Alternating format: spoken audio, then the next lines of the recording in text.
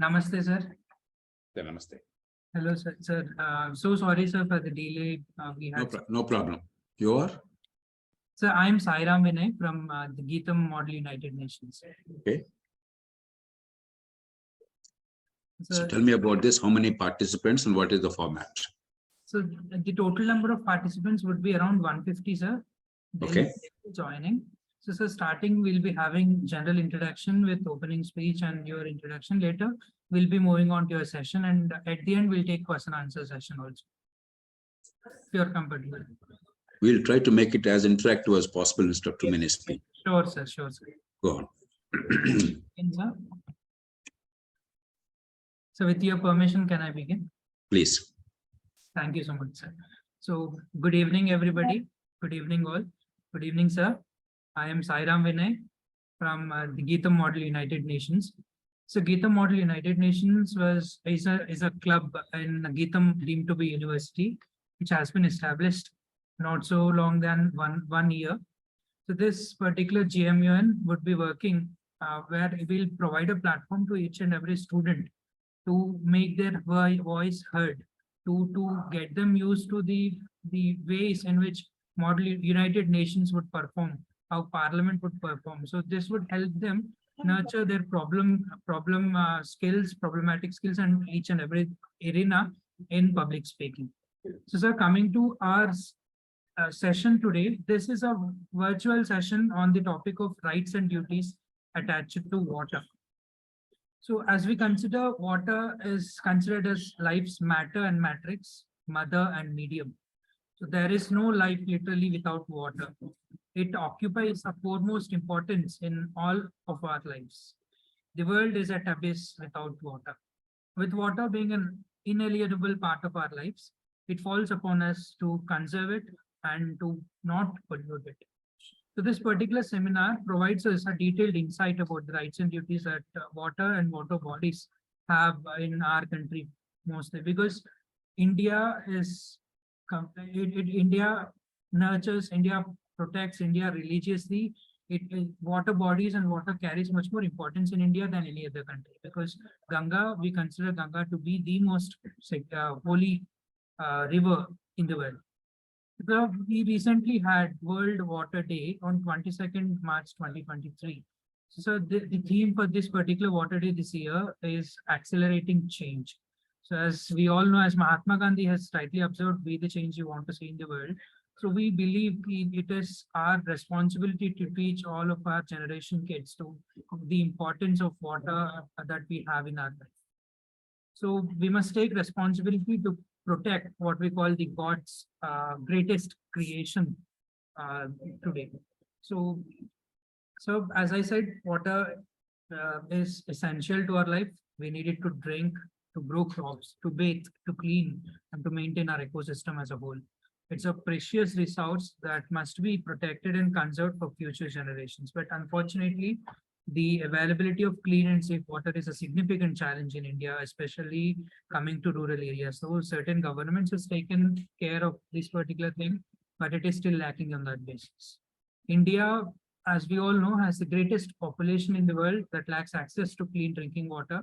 Millions of people in our country are affected by water scarcity, drought, and contamination. In some particular regions, people have to walk miles to fetch a pot of water, and they often have to make do with the water that is contaminated and unsafe to drink. The problem that we have with water scarcity is compounded by climate change, which is causing more frequent and severe droughts in many parts of India.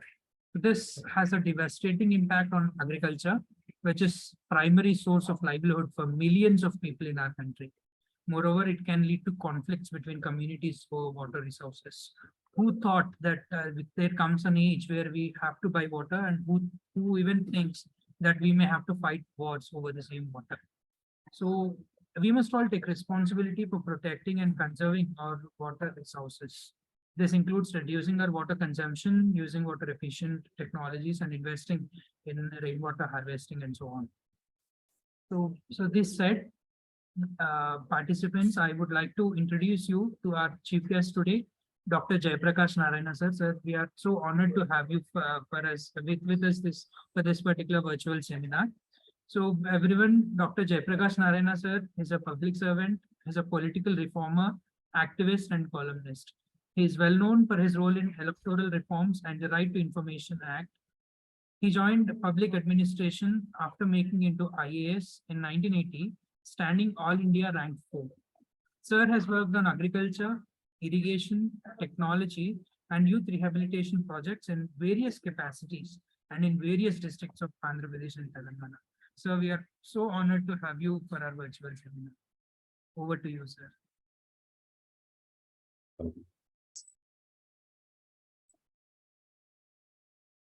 Thank you, Vinay.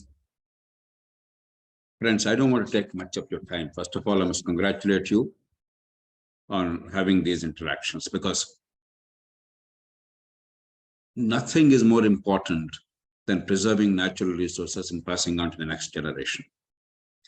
We all know what is happening today in the world in terms of global warming, because for about a century or more, for about 120 years, we've ignored the importance of preserving ecology. We simply harnessed whatever resources are available, the fossil fuels and others. We recklessly polluted planet Earth without realizing the consequences. Now, the whole world is in a perilous state. Similarly, soil, water, and air are the three gifts of nature. And the Industrial Revolution that has caused also global warming has been significantly responsible for overuse of water and contamination of water sources, polluting. The soil contaminated because we required more and more food for growing population, and therefore chemical fertilizers, pesticides, very often indiscriminately used, leading to contamination of soil and depletion of soils because of bad management of soils. And air pollution, the consequences everywhere, we know, increasing asthma, COPD, all kinds of respiratory illnesses, including interstitial lung disease, pulmonary fibrosis, and of course, day-to-day allergies and so on and so forth. So it's time that we looked at them very carefully. Of these, while the problems of soil and air are more about pollution, soil also suffers erosion. The problem of water is management of water for growing needs. So without taking too much time, let me share a few perspectives. I don't know how many of you are aware, I'm sure you read in school textbooks that Chirpunji in Meghalaya and a place quite close to that called Mount Siram, I think Mausinram in Meghalaya, they are the places with the highest rainfall in the world. You know, the rainfall there is roughly about 10 meters. You know, typically in coastal Andhra, a good rainfall is 1 meter, 100 centimeters, 1,000 millimeters. In Hyderabad, it's about 800 to 900 millimeters. In Rayalaseema, it's probably 500 to 600 millimeters. In Kerala and the west coast of India, the rainforest areas, about 2,000, 2,500 millimeters. Whereas in Chirpunji and Mausinram areas, it is 10,000 millimeters, about 30 to 40 feet of water. If you simply fill a vast container with all the rainwater, assuming that there's no spillage and there's no evaporation, in 1 year, you're getting 40 feet of water. You can't ask for more. In fact, water is a problem. Rain is a problem there. But what is amazing is, during summertime, in much of that region, there is shortage of water. I want us to focus on that. The world's rainiest place, where it rains like cats and dogs, if there is shortage during summer, who is to blame? You cannot blame nature. You cannot claim that rainfall is not adequate. So a broader point, except in exceptional areas of planet Earth, in most areas from 400 millimeters rainfall to this kind of a 30,000 millimeters rainfall, it's not so much whether nature is giving water or not, it's what we are doing with that water. Are we harnessing it? Are we conserving it? Are we utilizing it well? Are you harvesting it and storing it properly without evaporation? So water problem in much of the world, not everywhere, but much of the world is not one of adequacy of water. It's about our wisdom in utilizing it wisely. Otherwise, water ordinarily should be sufficient for our needs. Oftentimes we talk about where is water? How do you get more water? How do you get from Godavari, from Krishna, pump it, have pipelines, have big machines and all sorts of things. Most often they are unnecessary in 90% cases. The second is even where the rainfall is there, we are not simply doing enough. I remember going to one of the premier institutions of engineering in Hyderabad city some years ago. The director of that newly formed institution, he said, sir, the former chief minister offered us free water. We require X quantity of water. Will you please intercede on behalf of this institution and get us free water? I told them, look, the city at that time was losing about 1 crore to 2 crore rupees a day in the metropolitan water supply management, only in the maintenance of the water. Today, it's probably 3 crores a day because we now have free water supply in Hyderabad. Unasked government is decided to give free, copying what is done in Delhi and quite a few other states. Now it's become fashionable to give free water. And there is no way the Metropolitan Water Supply Board can now provide water free of cost to this institution. In fact, there's no way the board can even provide water even at a cost to this institution, because Hyderabad gets plenty of water from Godavari, Krishna and other systems. Hyderabad's per capita water availability is equal to that of London, Paris or New York roughly. But actual consumption or water actually delivered at the household level is abysmally inadequate. It's not so much that we're not pumping or drawing water from the major rivers. It's just that we're managing it very poorly. About 40 to 45% is wasted in the distribution system in Hyderabad. You go to any part of Hyderabad city, the water that is drawn from Godavari and Krishna rivers at enormous cost and enormous power consumption is simply flowing on the roads of Hyderabad and joining Musi River, ultimately causing flooding locally. It's a disgrace. Again, let me reiterate, it is not the adequacy of availability of water, it is what we are doing with that, how we are managing it. In the most part, yes, there are extreme areas in the world, extreme weather conditions, desert areas where even 2-3 years there's not a single rainfall. Obviously, there is something else we have to do.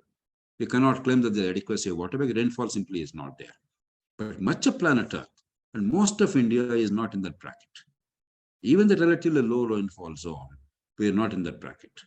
So it's really what we are doing as human society rather than nature. I want us to be internalize this idea and ruminate over that. Let's not complain about nature, it's about us. It's not the nature. Then what do we do? In that particular institution, I chided them and I said, look, the water in a 50-acre campus that they have, or maybe 60 acres, 50 acres means 200,000 square meters of land. Hyderabad gets about 900 millimeters of water, rainwater every year. Now, if you assume, let's say 1,000, round it off to 1,000, 200,000 square meters, each square meter gets about 1,000 liters of water, because a cubic meter of water is 1,000 liters. Even if you assume 50% of it is recharged to the groundwater, because not everything can be recharged, you are getting a humongous quantity of water. And that is about 100 million liters of water recharged alone. Now that means per day, you are getting about 300,000 liters. Now that is adequate for the institution's needs. A technology institution, instead of harvesting this water properly, and it costs very little. All this effort in a 50-acre campus probably will cost about 10 lakh rupees at the most. If you do that, you don't require water from anybody. So somehow, even people of technology background are thinking that water comes from somewhere else. No, it doesn't come somewhere else. It is here. Ultimately, whatever be the form of water, the most usable form for us finally is rainwater or groundwater, or rainwater converted into groundwater. Because if you take the total global water supply, 97.5% of the water or thereabout is salt water, mostly in the seas. The rest of it, there are basically two major sources and one relatively minor source. The two major sources are the ice and snow, including glaciers, That's why the glacier-fed rivers like the Himalayan rivers, your Ganga, Brahmaputra, and Sindh, they are so important in northern India and Pakistan, Indo-Gangetic belt, because glaciers are feeding these rivers and perennial rivers. And we all know what's happening to the glaciers. Thanks to global warming, glaciers are increasingly getting depleted, and but maybe a few decades' time they'll disappear. Therefore, the perennial nature of those rivers will end. A, we'll have flooding during rainy season. B, we'll have dry rivers during the rest of the season. So unless we even now figure out what to do with the flood water, how do you harvest as much as you can? Partly reservoirs, but in a climate like ours, reservoirs alone are not good enough, because a lot of reservoir water will go away in evaporation. Summer heat right now, sweltering heat, it will go away in evaporation. Therefore, how do you recharge the ground water? And unless we look at that, particularly in the context of global warming, we'll have large swaths of land in India which will be in serious trouble. And luckily, there are technological solutions available. The other source of water is groundwater. If 1.76% of the total water available is in the form of glaciers and ice and snow, including Antarctic ice cap and Arctic ice cap, etc., about 0.76% of the water is the groundwater. Lakes constitute a very small percentage, 0.0066%. But lakes are an important source because oftentimes the surface water goes in the form of lakes, either because we artificially created a lake or there's a natural lake and we draw water from that. This is all the water that is usable, apart from rainwater. So we must be practical about utilizing water, harnessing all the technologies. Then if you take care of the conservation of water and water harvesting, let's assume that part is addressed because we have technology, we have resources. We just have to have the will and the wisdom and the patience. Then how are you using it? Somehow in countries like India, there is a notion that water being put to agricultural use is very pious or noble. No questions asked. It's a very wrong approach. I myself come from a village. I come from a farming background. Obviously, we all love farming. We all want agriculture to get plenty of water supply. But if you want to utilize water effectively, you must prioritize. Per unit water, the greatest value comes from drinking water, because it is actually sustaining life, as when I said. Without drinking water, there's no life. Then industrial water, industrial services, because if you take per unit of water available, how much of activity and employment and wealth it is generating, industrial water generates a lot more, and it doesn't require much. Unlike agricultural land, if you take paddy crop, for instance, in 1 acre of land of 4,000 square meters, you consume typically 100 centimeter or 1 meter of water. And that means 4,000 multiplied by 1,000, that means 4 million liters per acre for one crop. Whereas that much of water for either drinking water purposes or for non-agricultural use like industrial or commercial use, you get much more value out of it. So the notion that water, if you impound it or you find a resource is entirely for agriculture, is a bad idea. Well, agriculture does take a bulk of the water, even if the wealth created in nominal terms in rupees is not as high per unit water as it is in other cases. Agriculture is required. After all, it sustains life. But agriculture should not be the sole consumer of all water. In a modern economy, growing economy, you require all kinds of occupations, and of course, you require drinking water. So unless you provide a reasonable quantity of water available for the purposes of economic activity other than agriculture, countries will be deeply distressed in terms of economic management, employment generation. So don't be romantic about water use. Then, once you decide the sectoral use of water, are you doing it wisely? Take, for instance, our parts of India. Every time there is some irrigation project built at enormous cost, our groundwater bore wells drilled at enormous cost, and power, enormous quantity of power consumed. There's a cost to power, there's a cost in terms of the wear and tear of the machine, and there is a cost in terms of pollution, social cost of pollution, either the stage of generation of power or at the stage of a motor operating. Now, once groundwater is harnessed or you get water from some other source at enormous cost, automatically the first priority in all parts of the country is paddy. Now, paddy, we all worship that, but paddy is a terrible crop to grow after a point because paddy guzzles water. Sugarcane guzzles water, enormous quantities of water it takes. And paddy also leads to other greenhouse gas emissions, particularly like methane, which is very, very dangerous greenhouse gas.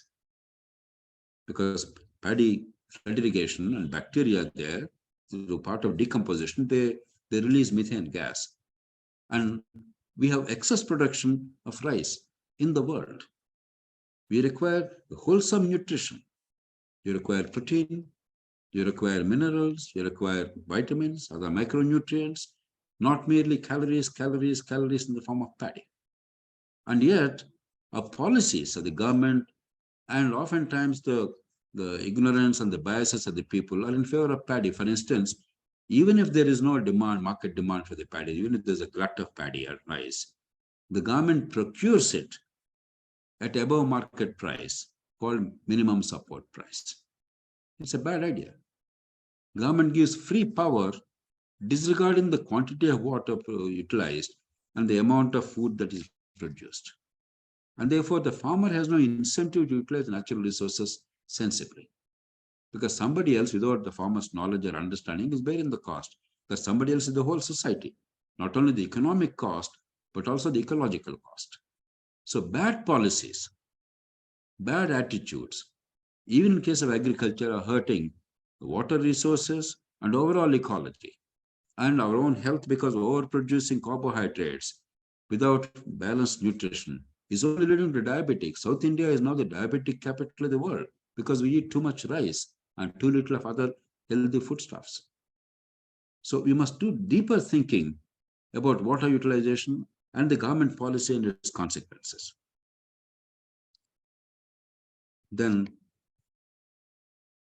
we have to think in terms of reuse of water, a lot of water, whether it is irrigation water or the domestic use and commercial use in cities or industrial use. A lot of water is polluted. The effluent further pollutes the water bodies because they're often released into rivers and the seas. It's causing all around enormous crisis, apart from wasting very precious water. We have to have proper water treatment. Today we have technologies whereby even sewage water can be converted into potable, drinkable water of high quality. The other day, I was in Guntur district of Andhra Pradesh. They're generating wealth from waste. About 1,200 to 1,500 tons of solid waste generated in the Guntur municipality is all fed into the boilers. And ultimately, they're producing 15 to 20 megawatts of power. And they're producing also polluted water, which is being treated there. And the end product, the treated water, can be actually consumed for drinking water. We have the technologies available.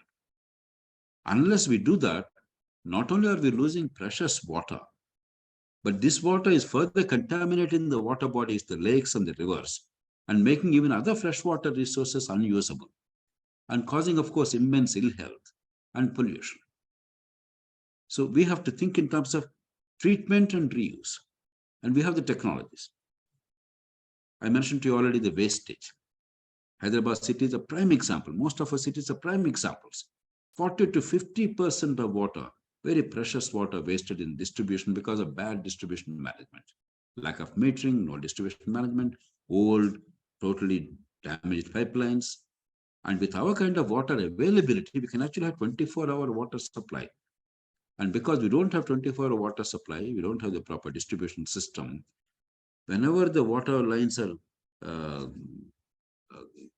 without water, there's a vacuum generator. Only during that 1 or 2 hours when water is supplied to the households are the pipes filled with water. So when the vacuum is generated in the pipelines, oftentimes the sewage pipeline, the sewer line, and the water pipeline are adjoining each other. When there's vacuum generated in the drinking water pipeline, the sewers are flowing full most of the time. What happens? The water pipelines suck the sewage inside. The sewage that is dangerous for health is actually polluting our water resources. E. coli contaminated, food poisoning, diarrhea. None of us can afford to drink water today from the tap. Everywhere in the world in developed countries, you simply drink water from the tap. Only in India, you have to have the bottle, aquaguard, all kinds of other things. You see the consequences, loss to the country and the damage to water resources. So when you look at water resources, look at the whole gamut of issues. Social preferences, sectoral use, the pollution, government policies, and not only the pollution of the water that is used, but contamination of the large water bodies, making them unusable. I'll conclude with one example. Hussain Sagar, the pride of Hyderabad, the necklace road and all that. Do you know, 100, 200 years ago, it was a drinking water lake. It was actually built for drinking water purposes. Today, the raw sewage of many of the housing colonies of Hyderabad city through the nalas, it flows into Hussain Sagar. If somebody by accident falls into Hussain Sagar, he will not die of drowning, he will die of poisoning. That water is poisoned. This is what we have done as a human society. You cannot simply dump sewage and waste matter and plastics into water. It's ridiculous. It's absurd. You can easily set it right. And after that, complaining that it's not usable, and where is the water now? Should I go to Godavari or Krishna?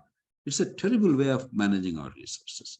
So luckily for India, we have adequate resources. No country has enough resources. We always want more water. But believe me, given our reasonable rainfall across the country on average, with robust monsoons and with global warming, it appears that the monsoons are becoming stronger and therefore rainfall is going to be increased in India, most probably. But again, in that one word, we complain when there's no rainfall. We complain when there is a heavy rain. Has nature given you a contract that every day it guarantees you 10 millimeters of rainfall? No. Nature is going to vary its pattern of rainfall. One day you have 100 millimeters, another day you have nothing. If a city cannot handle 100 millimeters rainfall, in front of the chief minister's home or in the heart of the city, a bit of a rainfall leads to flooding. Whose fault is that? It's not nature's fault. We have not built basic infrastructure. We have not planned our cities appropriately. We have built them helter-skelter. We choked the drains by blocking them, by encroaching them. And we did not really bother about the normal water courses and normal contours. Water always flows downstream. If you simply do contour planning in cities, first a contour survey. If you design all your infrastructure, the roads, the water pipelines, the sewerage lines, all these along with the contours, according to the gradient, that simple thing, and then have your town planning, the layouts approved on the basis of the contours, making sure that the rainwater excess flow is automatically going downstream. A lot of problems in the form of flooding in the city disappear. So much of it is applying our basic knowledge, civil engineering knowledge, basic knowledge in managing the water. And if we fail to do it and complain against nature, it's an absurd thing.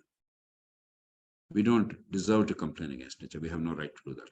Yes, in extreme situations, once in a while, if you are, let's say, a desert come coastal area, or an area where you're poorly served by freshwater resources, like for instance, Chennai city to some extent, and therefore you may have to think of desalination. Israel depends on desalination substantially.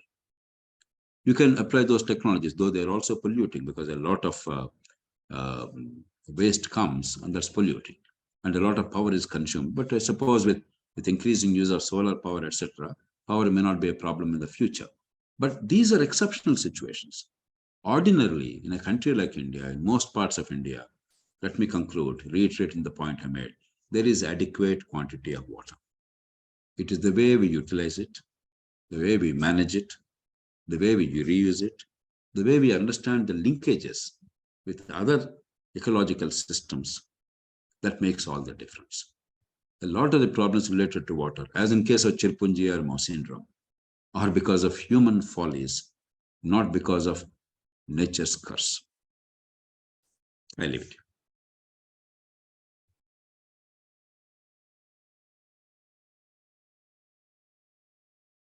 Vinay? Sir, yes, sir. So thank you so much for giving us insight on with lively examples. So, sir, participants, everyone, now we'll be taking the question answer session from now. So, sir, I have one Okay. question on my part. Hmm? So you have mentioned, see, Go on, India, Vinay. India is land of rivers. We literally have many number of most of the world's biggest rivers are located here in India. We have much of the water which is being stored. See, so from 1947 till date, governments have, they have built several number of dams, several number of projects, and many number of drinking water initiatives as well, because access to proper drinking water is what Article 21 even includes in it, as reiterated by Supreme Court of India. But so where do you think the abyss lies? Where do you think the governments have to do more in order to provide free drinking access, drinking water access to each and every individual?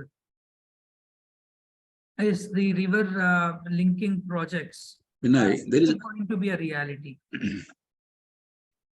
I hear you. Vinay, there is much debate in India about the big river valley projects. I believe that we must have a balanced approach, and a country which is monsoon fed and the rainfall is uneven and only seasonal. Unlike in London, for instance, there are 220 rainy days. So practically every other day there's a good rainfall.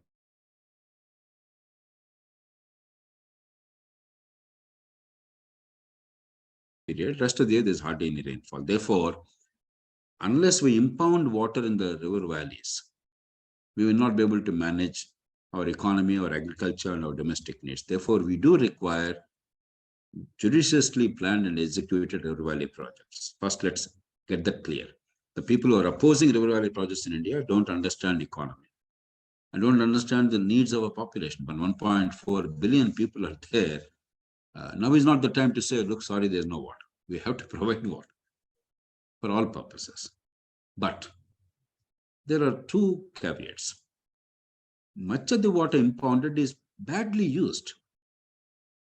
You build a dam, that is a glamorous project, but you don't build a proper drainage system. You don't build a proper command area development. It's called command area development. Water reach in the last field.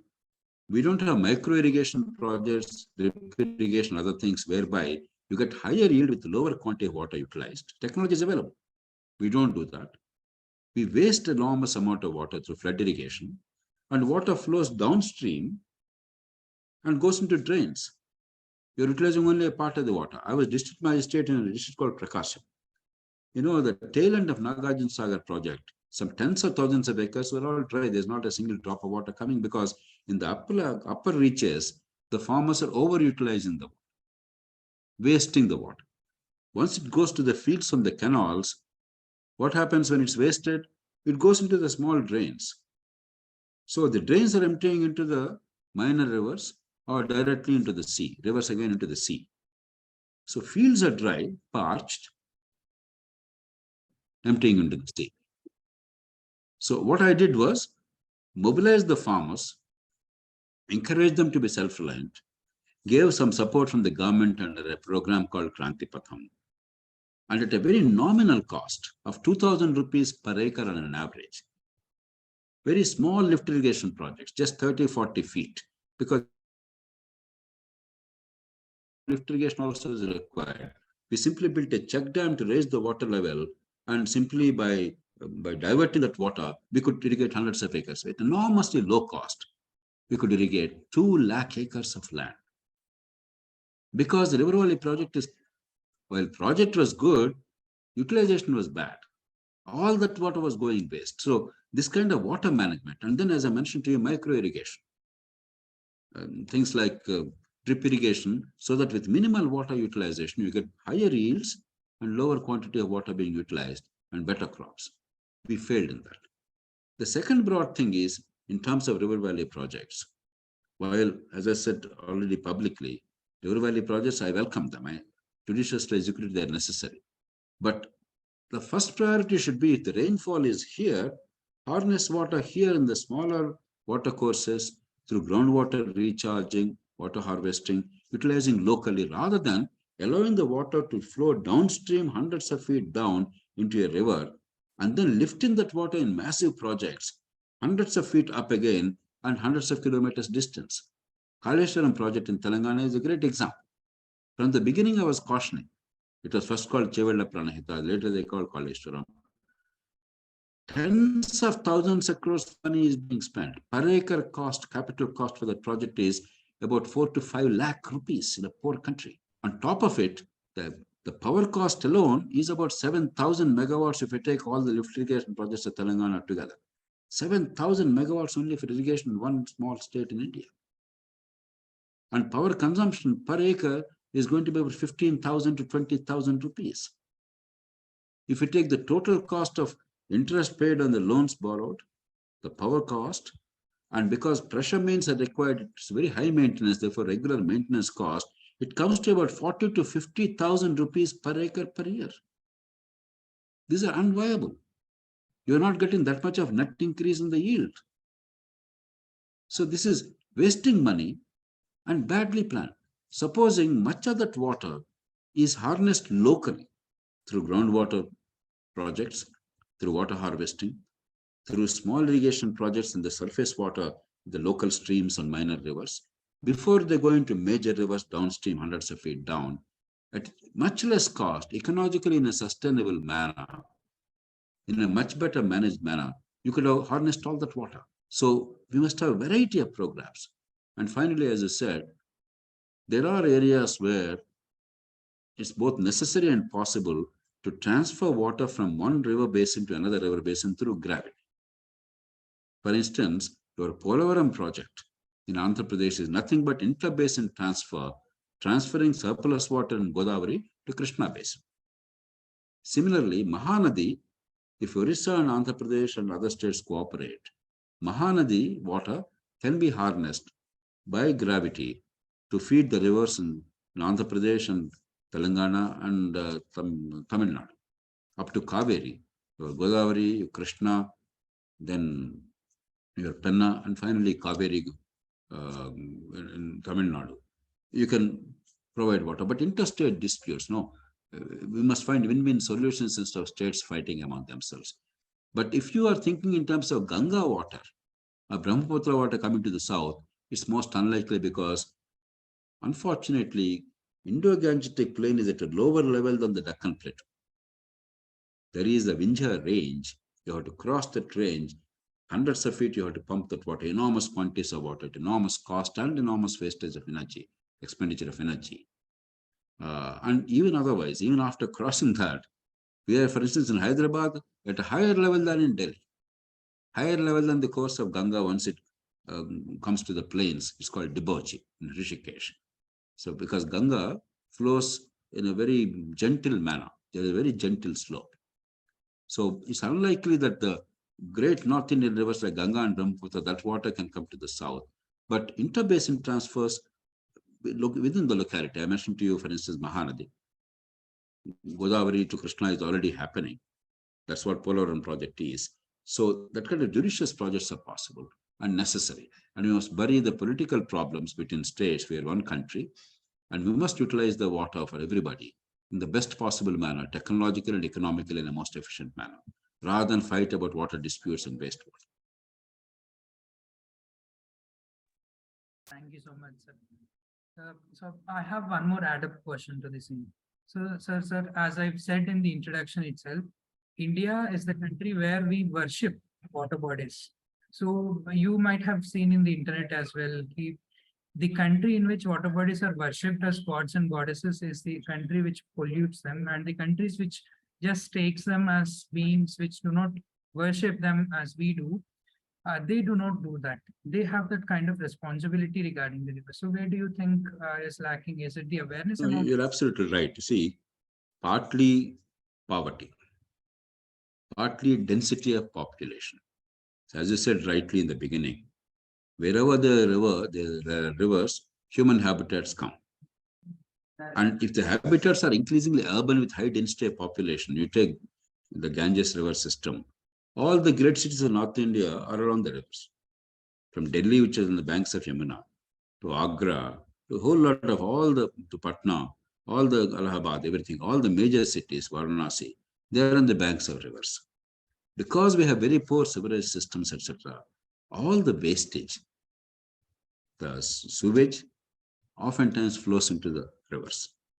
And then the solid waste is emptied into the rivers.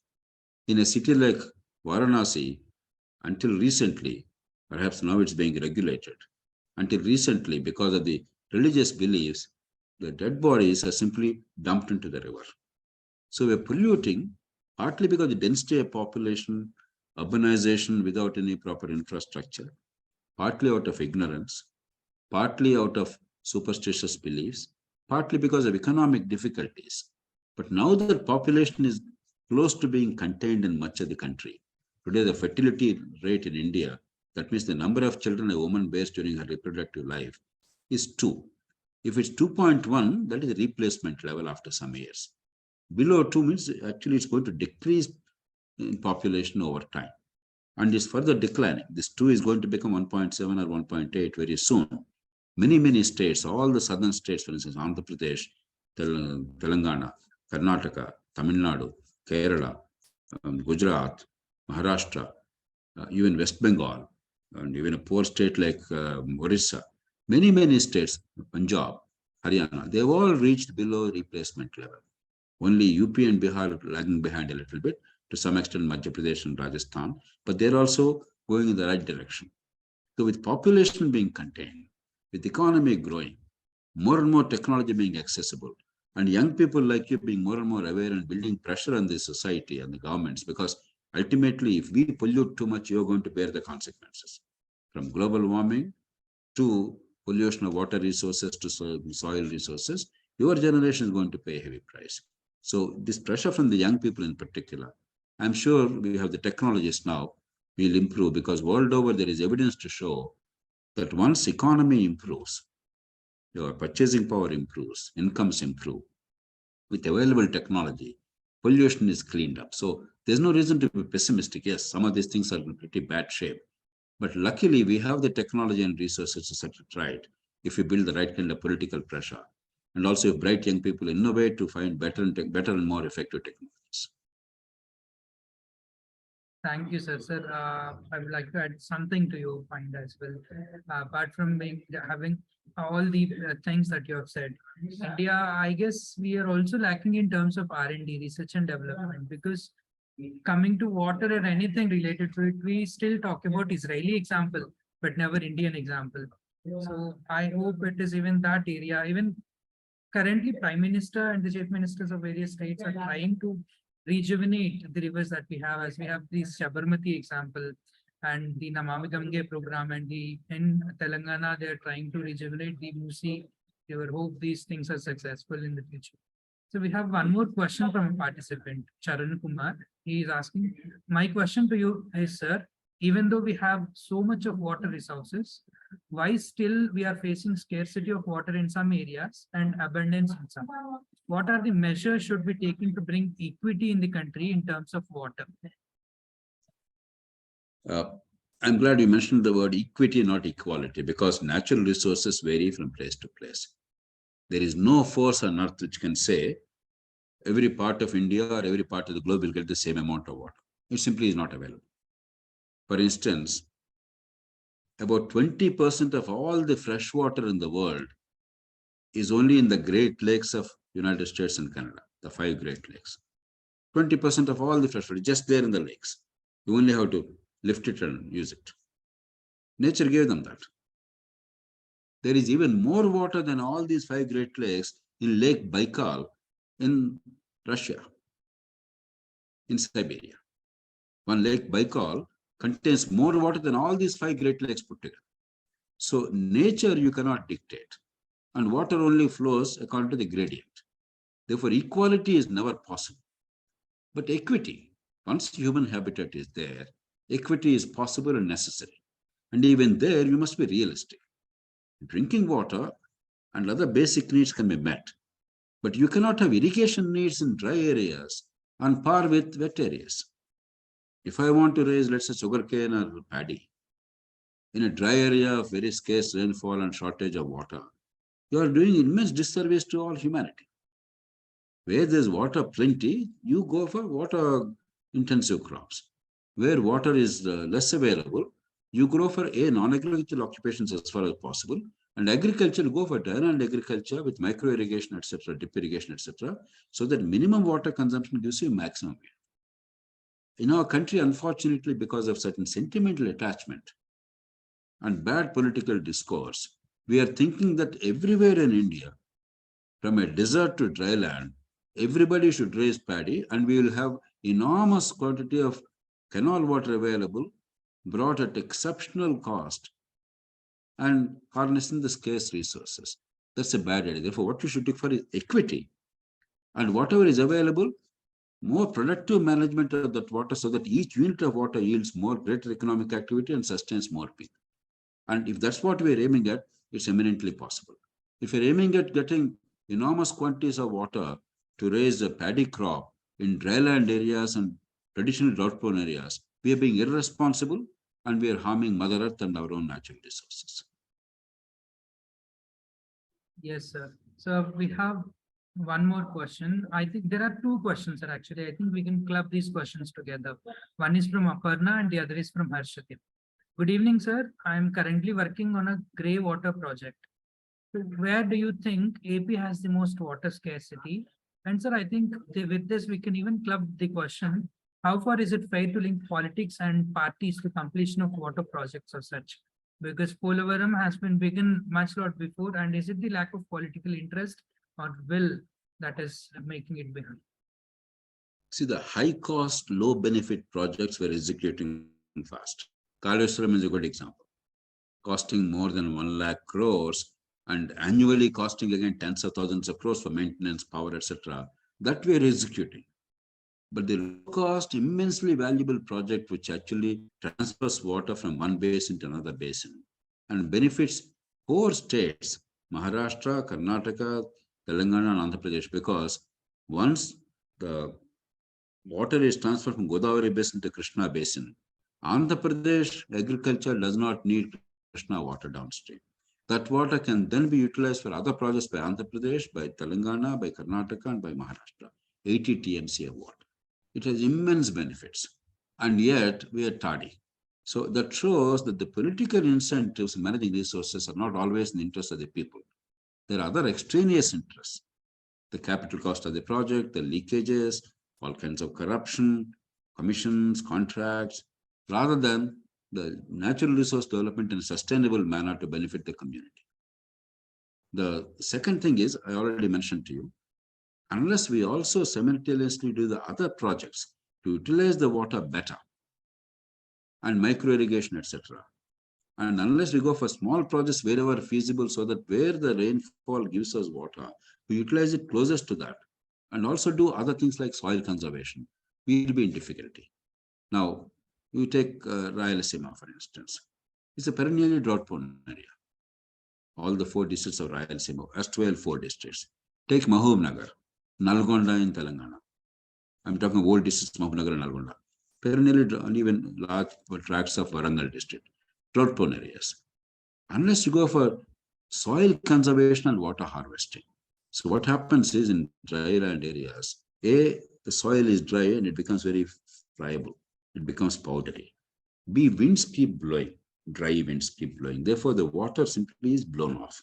And C, already when the soil is eroded, and even if it's a low rainfall area, there will be sometimes some rainfall.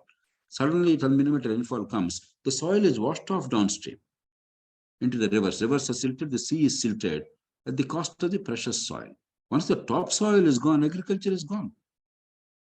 Topsoil came about after thousands of years of nature's work. Now, once you lose it, you lose all agriculture. You lose all economic activity. Therefore, contour bunding, check dams, and other measures to prevent the flow of the topsoil downstream by wind or by rain. And then having a thin coat of some grass and other mulching so that soil doesn't simply get depleted. Even if you have grass and some tree cover, it binds the soil. We are not making those efforts. And once you bind the soil and you make take other steps, water is then harvested. As far as practicable, water goes into groundwater recharging there and then instead of going downstream. So in the drought-prone areas, the most important thing is not building heavy projects, not asking for river water come downstream. It's not possible, or upstream. Primarily, it must be water conservation, soil conservation, and drought-prone areas programs. We have these programs, but poorly implemented. And I fought very hard when the Employment Guarantee Act came about. I was part of the National Advisory Council when that law was enacted. I fought very hard to bring that execution of the project to the local level, to the community, so that they can make decisions. And I also fought very hard to make the primary responsibility of this project to go towards water harvesting and soil conservation, drought-prone areas program, so that dryland agriculture becomes better. But in actual operation, we are not doing it, and therefore money is simply going waste in large part without really improving the natural resource endowment. Yes, sir. So we have one more question regarding the same. Sir, do you think water recycling at a household level will help us with raising groundwater levels? Or do you think citizens in a country like India aren't able to implement STP system in their households? See, I'll give you a real example. I live in an apartment complex. A lot of rainwater falls in Hyderabad city.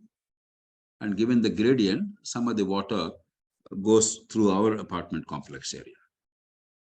But the bore wells are dry most of the time. There are all kinds of problems with drilling again, deepening, this, that, and buying water from the tankers and all that.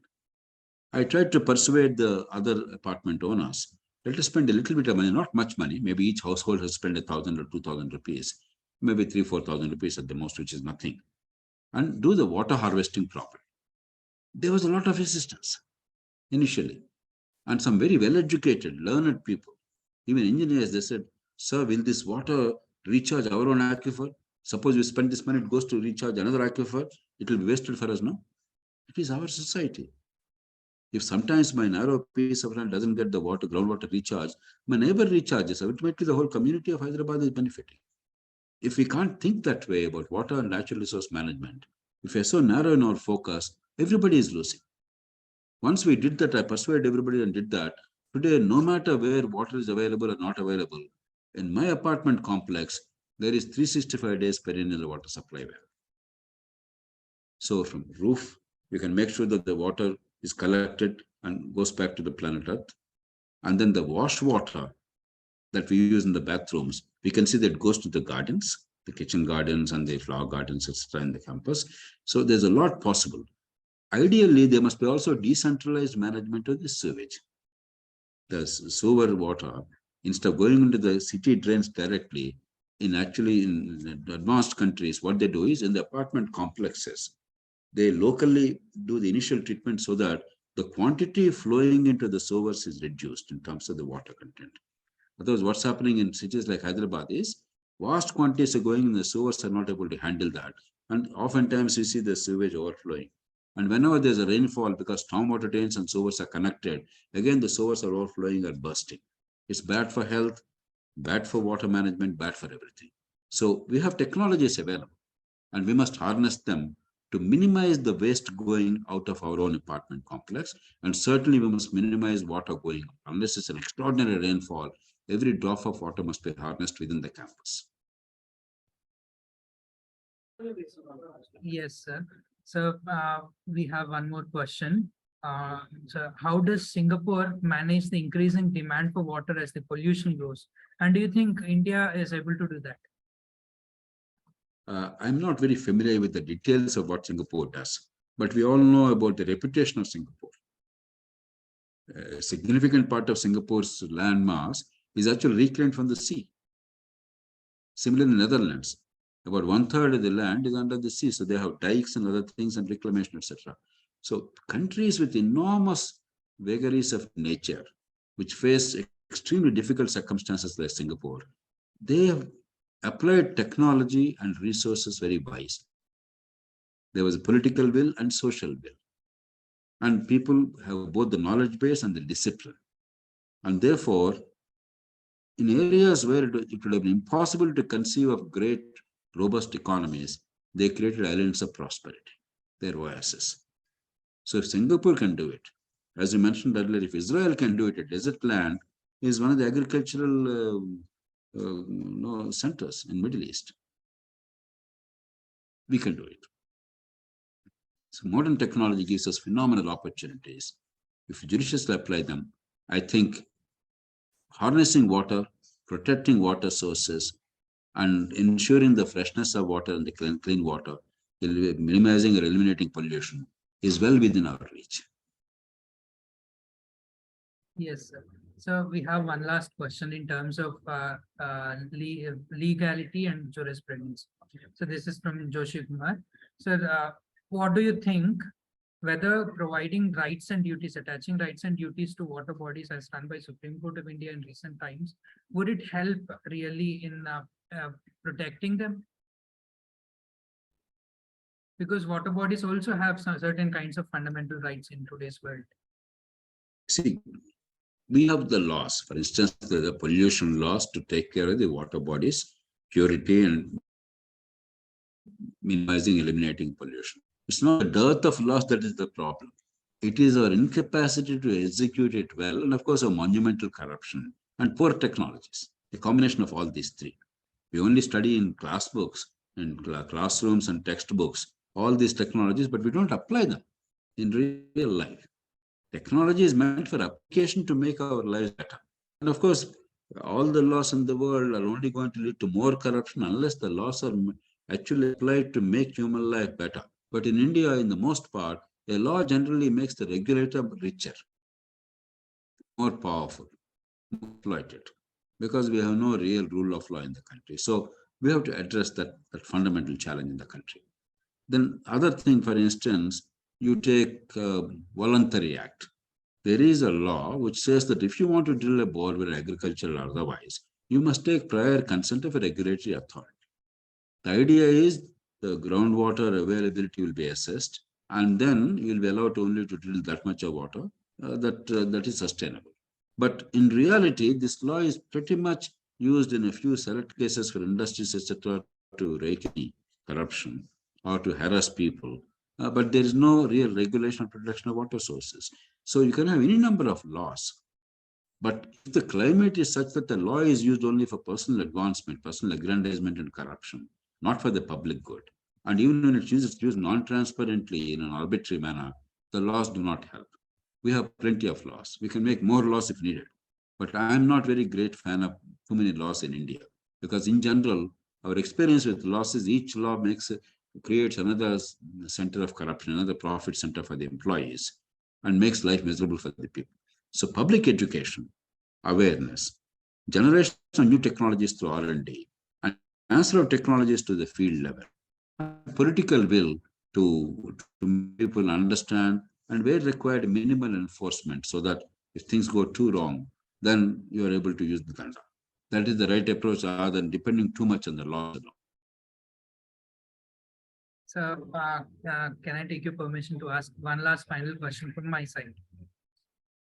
So we have something called as shifting baseline syndrome. So in which the younger generations are forced to accept what the older generations are leaving us. So what are the, what are the recommendations, or what are the, what do you suggest us, the younger generation, to do? Whether should we accept the way it is, or how do we act up to make the future better for ourselves with regard to water? I'm very optimistic. Your generation is much smarter. There are better